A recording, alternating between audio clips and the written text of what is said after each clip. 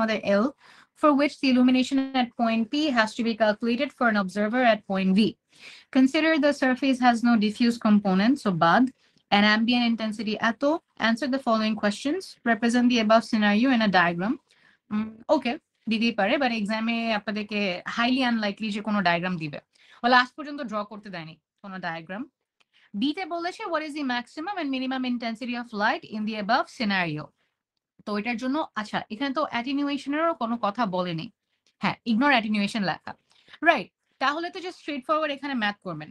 নাশিদ, এদিকে আপনার কনফিউশনটা কোথায়?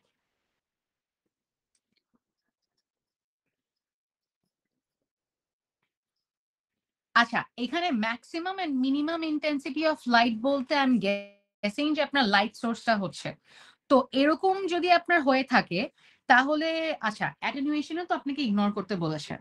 তাহলে wait, let me read it again. Light সোর্সেরই কথা বলছে ডেফিনেটলি।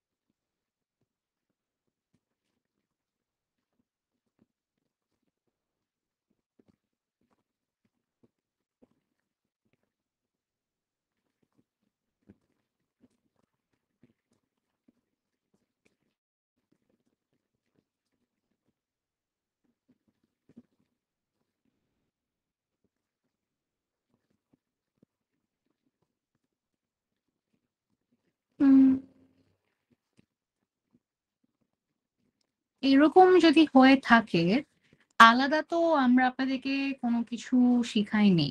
তাহলে maximum and minimum intensity of light in the above scenario যদি বলে থাকে তাহলে আই এম গেসিং যে আপনাকে অ্যাম্বিয়েন্ট লাইটটা এবং স্পেকুলার লাইটের কথাটাই বলছে। তো ম্যাক্সিমাম লাইটের কম্পোনেন্টটা আপনি তাহলে পাবেন আপনার লাইট সোর্সটা থেকে, যেটা হচ্ছে বেসিকলি আপনার স্পেকুলার রিফ্লেকশনটা। আর মিনিমামটা তাহলে আপনার আসবে হচ্ছে অ্যাম্বিয়েন্ট লাইট থেকে। তো তাহলে তো এই দুটা কম্পোনেন্টই আপনার বের করতে হবে। ওখান থেকে ultimately leading to your part C, to calculate the total intensity at point P. Basically সবার আগে আপনার ভেক্টরগুলো ডিফাইন করতে হবে। ওখান থেকে you be able to identify this, যে ম্যাক্সিমাম কোনটা আসবে আর মিনিমাম কোনটা আসবে। আর যেহেতু ডিফিউজ কম্পোনেন্টও নেই, জিনিসটা আরো স্ট্রেট ফরওয়ার্ডই। হ্যাঁ, মানে এখানে আপনার ডিফারেন্ট কিছু করতে হবে না নাশিদ।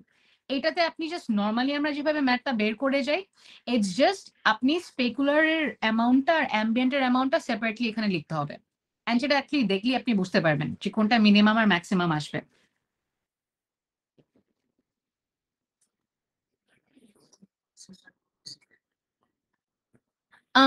দাঁড়ান, কনকেভের আমাদের এখানে শেপ ওয়াইজ যদি চিন্তা করি তাহলে কি তো স্ফেরিক্যাল হয় না শেপটা, যদি ওরকম কার্ভেচারও বলে দেয়? তাহলে তো ওই যে স্ফিয়ারের কনসেপ্টটা ইউজ করবেন নর্মাল ভেক্টরটা বের করার জন্য। এন হচ্ছে পি মাইনাস সি বের করে ওটাকে নর্মালাইজ করে দিবেন।